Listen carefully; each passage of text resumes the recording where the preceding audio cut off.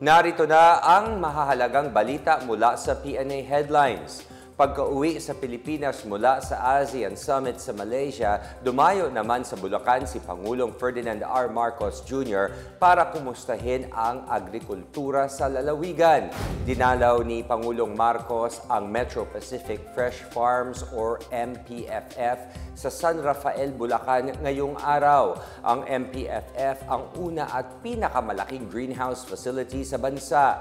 Layunin itong maging pangunahing pagkukuhanan ng sariwang gulay ng mga pamilihan sa Metro Manila. 2 buwan ang nakaraan nang buksan ang Phase 1 ng MPFF na kayang mag-ani ng 500 metric tons ng gulay taon-taon.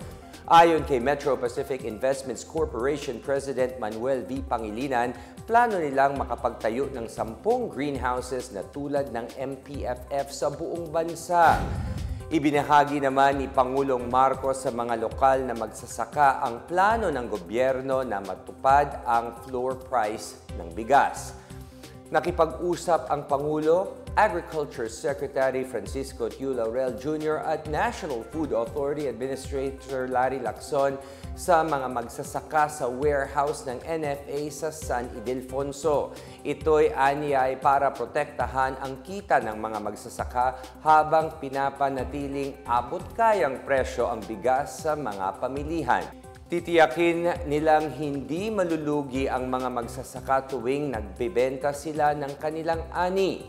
Pinapalawig na ng gobyerno ang programang Benteng Bigas Meron Na kung saan makakabili ang mga piling benepisyaryo ng bigas sa presyong 20 pesos kada kilo.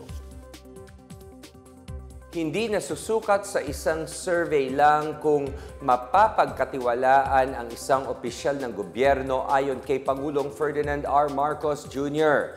Reaksyon ito ni Marcos sa pinakahuling pulso ng bayan survey ng Pulse Asia kung saan mas mataas sa 50% ang trust rating ni Vice President Sara Duterte kumpara sa 32% ng Pangulo. Sa isang panayam pagkatapos ng ASEAN Summit sa Malaysia, sinabi niyang dapat munang alamin kung paano napagdidesisyonan ang mga sagot at resulta ng survey. Nilinaw rin ni Marcos na ayaw niyang ma-impeach si Duterte bagamat nakadepende yan sa pasya ng Kongreso. Handa rin siyang makipag-ayos sa pamilyang Duterte pero ayaw niya na gawin ito ng may kondisyon. Batay sa survey ng Pulse Asia, 50% ng mga Pilipino ang tutol na ma-impeach si Vice President Sara Duterte habang 28% lang ang sang-ayon. Tinanggihan din ni Pangulong Marcos ang mga panawagan na magbitiw siya sa gitna ng ginagawang pag-recalibrate sa direksyon ng administrasyon. Ayon sa Pangulo, hindi sapat ang dahilan na yan para bumaba sa pwesto ang pagpapasumite niya ng courtesy resignation sa gabinete at mga opisyal ng gobyerno. Nakatutok din aniya siya sa pagtugon sa mga hamon sa bansa. Giit pa niya, nakatuon sa solusyon ang estilo ng kanyang pamumuno. Bukod sa mga nasa gabinete, plano ni Pangulong Marcos Jr. na magkaroon ng mabusising performance review sa iba't iba pang level ng gobyerno.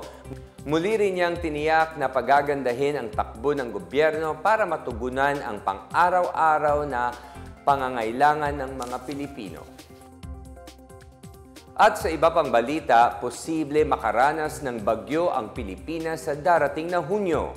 Ayon sa Pag-asa, inaasahang 1 o 2 bagyo ang papasok o mabubuo sa Philippine Area of Responsibility or PAR sa susunod na buwan. Kasabay ito ng inaasahang simula ng tag-ulan sa unang linggo ng Hunyo.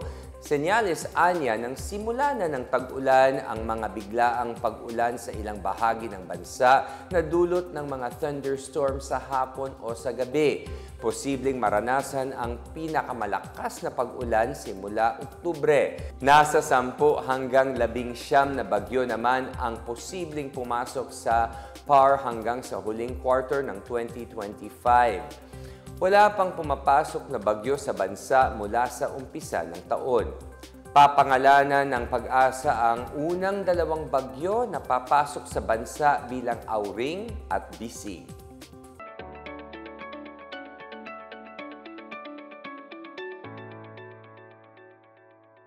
Sa balitang kalakalan, nakalikom ang Administrasyong Marcos ng budget surplus na 67.3 billion pesos noong Abril. Mas mataas ang surplus ngayong taon ng 57.5% kumpara noong Abril ng nakaraang taon. Ayon sa Bureau of the Treasury, ito'y matapos tumaas ng 7.8% ang nakolektang buwis. Bunsod ito sa paglaki ng kita ng bayan mula sa corporate, personal income at value-added tax na kinokolekta ng Bureau of Internal Revenue or BIR. Umabot sa 522.1 billion pesos ang total revenue collection noong Abril. Sa unang 4 na buwan ng taon, nakakolekta ang gobyerno ng 1.5 trillion pesos, mas mataas ng 3.4% kumpara noong 2024. Tiwala ang administrasyon na maaabot ang mga collection target nito para sa taon na to. Samantala, pinag-aaralan ni Manuel V. Pangilinan, hepe ng Metro Pacific Tollways Corporation, na mapapatupad ng toll holiday habang kinukumpuni ang EDSA sa Hunyo. Ayon kay Pangilinan, tutularan ng MPTC ang ginawa ng San Miguel Corporation na libre ang toll fee sa Skyway Stage 3 kung saan planong padaanin ang mga sasakyan iiwas sa EDSA. Partikular na matatamaan ng toll holiday ang ino-operate ng MPTC na NLEX Connector mula Harbor Link Segment 10 sa C3 5th Avenue sa Caloocan hanggang Ramon Magsaysay Avenue sa Santa Mesa, Maynila.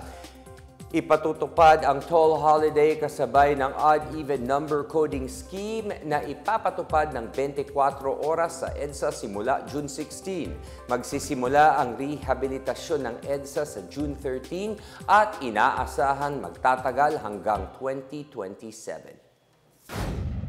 At yan ang pinakabago at pinakamahalagang balita sa mga oras na ito hatid sa inyo ng PNA Headlines.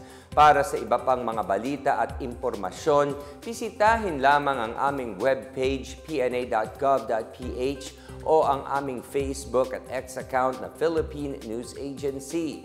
Ipinapalabas din ang PNA Headlines sa Facebook page ng serbisyo. Mapapanood din ang PNA Headlines sa pamamagitan ng link sa website ng News and Information Bureau sa ilalim ng PNA News at sa YouTube account ng Philippine News Agency. Ako po si William Theo. Ito ang PNA Headlines, naghahatid ng mga balitang nagbubuklod sa bagong Pilipinas.